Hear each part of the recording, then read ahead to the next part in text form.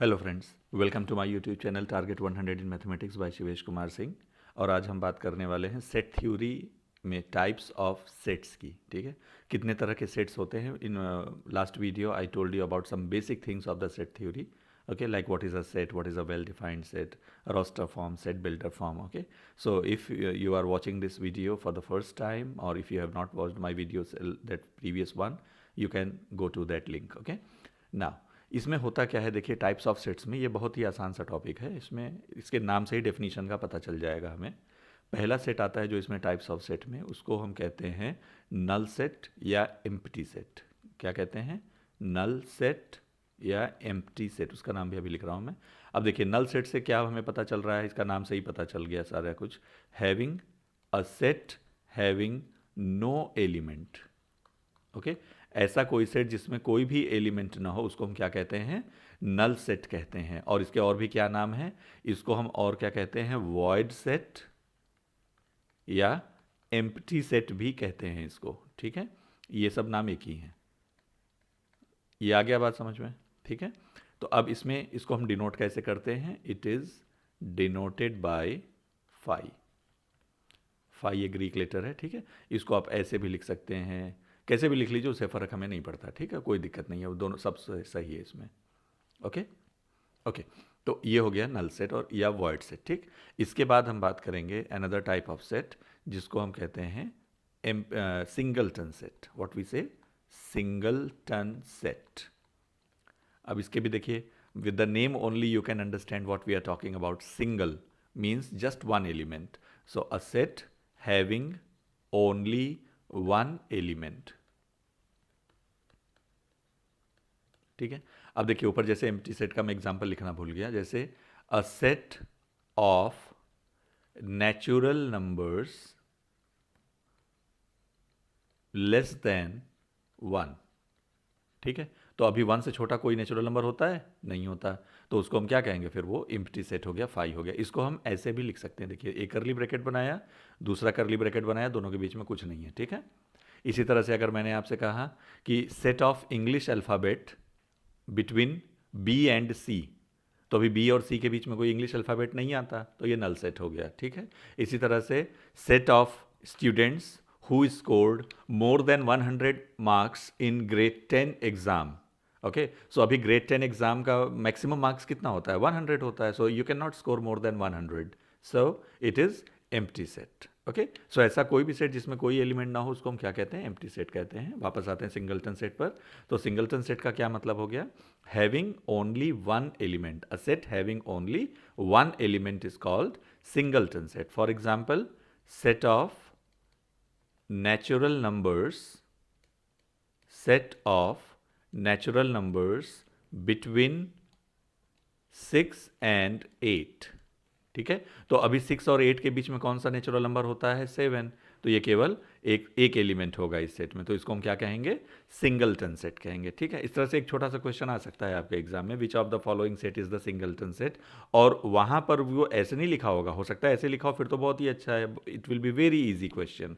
But it can be in the set builder form also, like x such that x square minus 1 is equal to 0, and what is x here? x is a positive real number. सो अब आप कहेंगे कि last class में तो आपने बताया था कि एक्स स्क्वायर माइनस वन अगर जीरो है then x will be minus one and plus one. ठीक है, बट यहाँ पर मैंने देखिए कंडीशन और भी लिख दी है, x is a positive real number. तो जब पॉजिटिव रियल नंबर की बात आ गई तो यहाँ पर माइनस वन कैंसिल हो जाएगा। So it is a singleton set because there will be only one element. Okay, so this is another type of set. Now in continuation, let's talk about finite and infinite set. Okay, इसको मैं इस तरह से लिखता हूँ जिससे दोनों को मैं एक साथ लिख दिया जाए। ठीक है, finite and infinite set। ठीक है, अब फाइनाइट सेट का क्या मतलब हो गया? देखिए, whose elements are whose elements, a set whose elements are countable। Countable का मतलब क्या हो गया? जिसमें आप ये बता सके कि हाँ भाई 10 20 50 100 1000 इतने एलिमेंट हैं। ठीक है, तो उसको जिसके सेट काउंटेबल हो, for example number of students in a school, ये काउंटेबल है, ठीक है। और इसका एक क्वेश्चन जरूर आता है एग्जाम में कि which of the following sets are infinite और which of the following set is infinite set और फाइनाइट सेट, ठीक है। तो आपको ये समझना होगा कि फाइनाइट सेट का मतलब क्या होता है, जिस सेट में हम नंबर ऑफ एलिमेंट्स को काउंट कर सकें, ठीक है। अभी काउंटिंग का नंबर चाहे जितना बड़ा हो जाए बट हम काउंट कर सकें, उसको हम क्या बोलते हैं, फाइनाइट सेट कहते हैं। और infinite set on the opposite side, it is whose elements are uncountable, whose elements are uncountable, ठीक है। तो उसको हम क्या कहते हैं, इनफाइनाइट सेट कहते हैं। For example set of natural numbers, set of natural numbers, or set of whole numbers, set of integers, set of real numbers, because they have so many numbers, so we cannot count them. So this is about finite set and infinite set. Okay, now next is very important for you, next two sets are very important for you. First one is equivalent set. अब equivalent set कहते किसको है, पहले तो ये समझ लीजिए। Okay, देखिए टू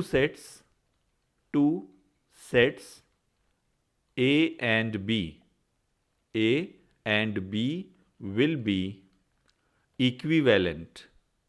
दो सेट हैं A और B, उनको हम इक्विवेलेंट कब कहेंगे, if number of elements in A is equal to number of elements in B.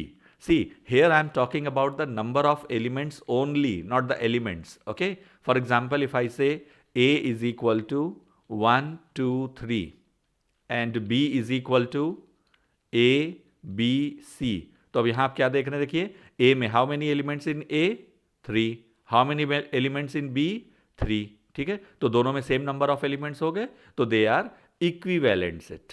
Okay, और इसी से मिलता जुलता एक डेफिनेशन और है हमारे पास, वो भी बहुत इंपॉर्टेंट है, और जिसको कहा जाता है इक्वल सेट्स, ठीक है, इक्वल सेट्स। तो इक्वल सेट्स में क्या होता है, two sets A and B will be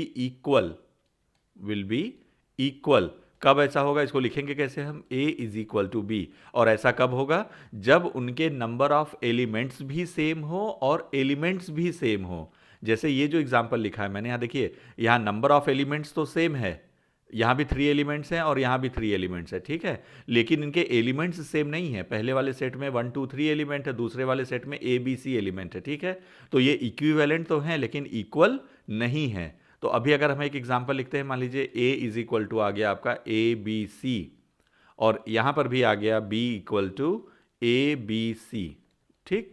तो अब आप इसमें देखिए, यहां भी 3 एलिमेंट हैं और यहां भी 3 एलिमेंट हैं, और एलिमेंट भी एक जैसे हैं, इनके ऑर्डर से कोई फर्क नहीं पड़ता, ठीक है।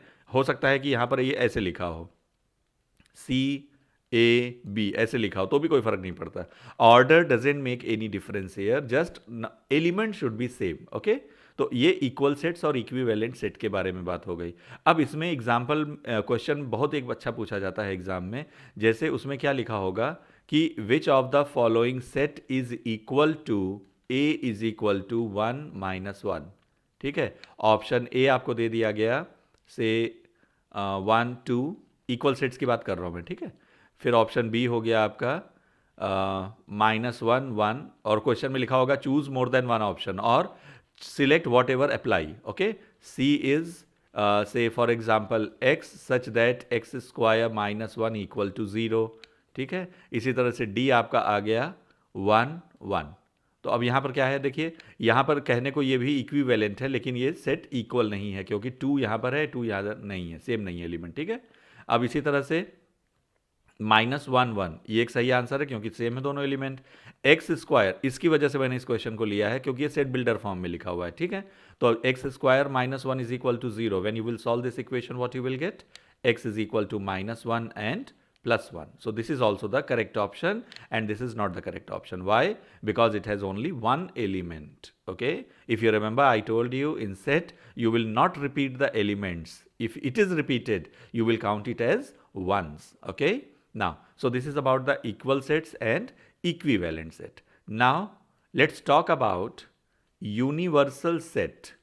Universal set. अब यूनिवर्सल का मतलब क्या होता है, जो सब जगह हो, ठीक है, biggest one. So the largest set, the largest, अब देखिए इसकी डेफिनेशन बड़ी क्रूशियल है, the largest set under consideration, the largest set under consideration. Under consideration क्यों लिखा मैंने यहां पर, क्योंकि यूनिवर्सल सेट की डेफिनेशन कोई फिक्स नहीं है। आप ऐसे नहीं कह सकते कि बस भाई यही वाला सेट जो है वो यूनिवर्सल सेट है, बाकी कोई नहीं है, ठीक है, नहीं। अगर मैंने आपसे कहा कि A is equal to 2 3 4, B is equal to 6 7 8, C is equal to 1 2 3 4 up to 10, okay 9 10। तो अब यहां पर आप क्या देख रहे हैं कि ए और बी के जो भी एलिमेंट्स हैं, ए में 2 3 4 है वो सी में है, बी में 6 7 8 है वो भी सी में है यहां पर, ठीक है। तो यहां पर क्या है, C is the largest element, largest set for A and B. तो यहां पर यूनिवर्सल सेट क्या हो गया, यहां यूनिवर्सल सेट हो गया सी। इसीलिए यहां पर लिखा हुआ है मैंने, यहां पर यूनिवर्सल सेट क्या हो गया कि the largest set under consideration, इसीलिए मैंने ये एग्जांपल लिया। देखिए अब अगर यहां पर मैं कोई एक सेट और लिख देता हूं D, say for example 1 2 3 and so on up to 20, तो अब सी यूनिवर्सल सेट नहीं रह जाएगा, अब कौन सा सेट हो जाएगा, यूनिवर्सल सेट डी हो जाएगा, ठीक है। तो इसीलिए यहां पर लिखा हुआ है लार्जेस्ट सेट अंडर कंसिडरेशन। तो जो भी एग्जांपल्स आपको गिवन है, whatever examples are given there for sets, so whichever set is largest one, that will be taken as the universal set, and universal set normally it is denoted by u।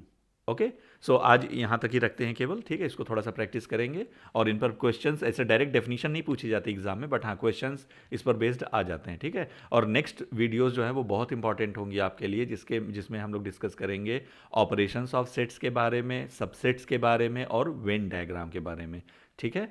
अगर आपको video थोड़ा सा पसंद आया हो तो आप इसको चैनल को लाइक करें, सब्सक्राइब करें और अपने फ्रेंड्स के साथ में शेयर करिए, ठीक है। Thank you.